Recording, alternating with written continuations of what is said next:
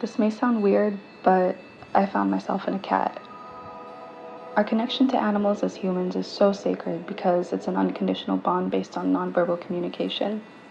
I think each animal we bond with, whether we focus on breed or personality, will teach us something about ourselves.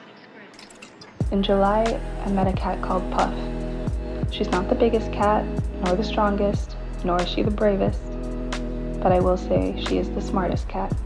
She's always on guard, she knows who to trust, she has her priorities straight, she knows when to fight and when to run, and she also knows how to relax and let loose and have fun. She's such a feisty little spirit, and she's actually quite calm at the same time and not very talkative for a cat. And I saw myself in her.